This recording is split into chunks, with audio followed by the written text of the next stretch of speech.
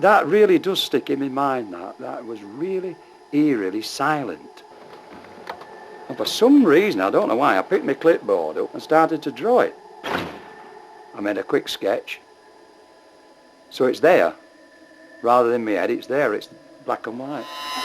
Although he'd made a sketch, Alan Godfrey's story would ultimately centre around what happened next. Now it's black and white. And I'm at the other side of it, driving.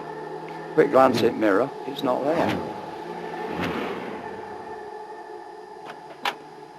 I got out of the car.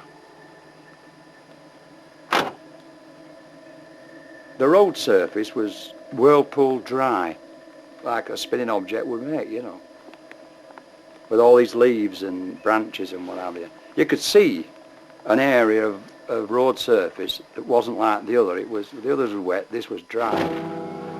Unsure of what had happened to him, PC Godfrey drove straight back to the police station in Todmorden. When Alan came into the police station, he was very agitated. I says to him, you'll never guess what I've just seen, you know. You won't believe what I've just seen. At first, you know, you think it's totally outrageous, you know, but I've no reason to doubt him. I mean, I've known him for a long time, and we know each other really well, and I've no reason to doubt what he said. But the night still had one more surprise left. As Alan Godfrey ended his shift, he noticed something else he couldn't explain.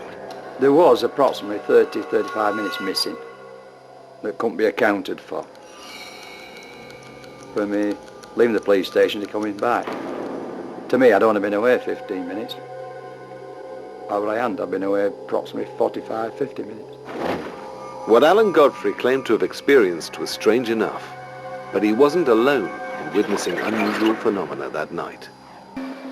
On the night of the 28th of November 1980, Police Constable Alan Godfrey was driving through the Pennine town of Todmorden when he witnessed a strange object in the road.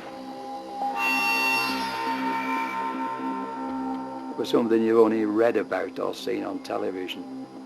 And suddenly, it's there in front of you. It was just something out of a science fiction film. It was totally unbelievable.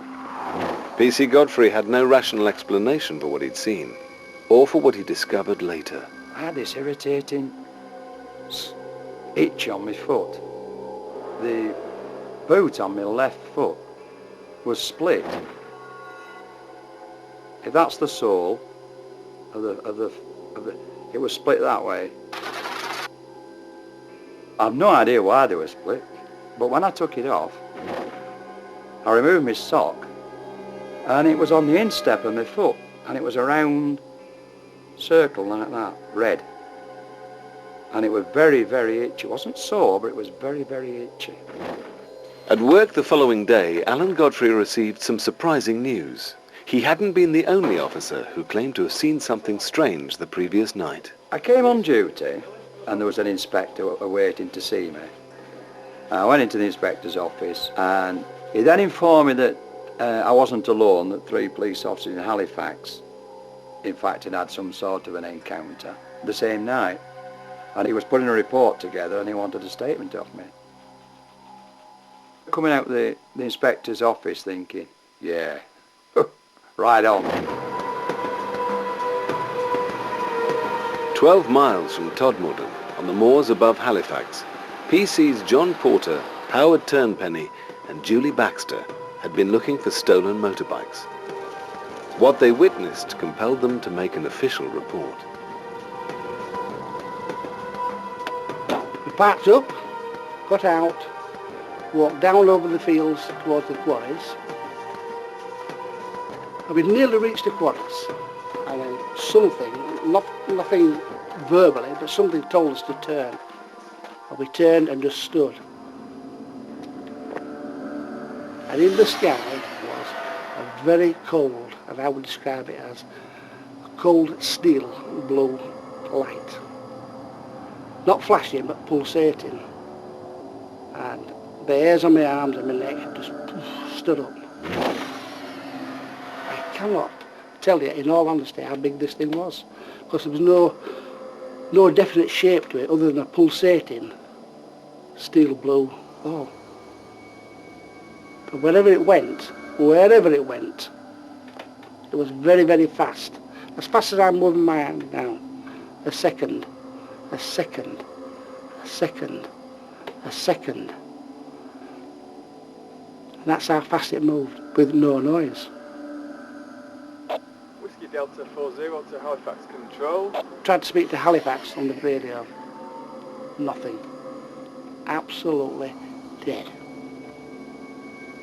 I wasn't frightened, I was intrigued as to what this was. But for WPC Julie Baxter, the experience proved unsettling. Julie was scared. There's no doubt about it. She made her feelings very plain. Scared. Howard was like me. He wanted to know what it was. He wanted to see this thing.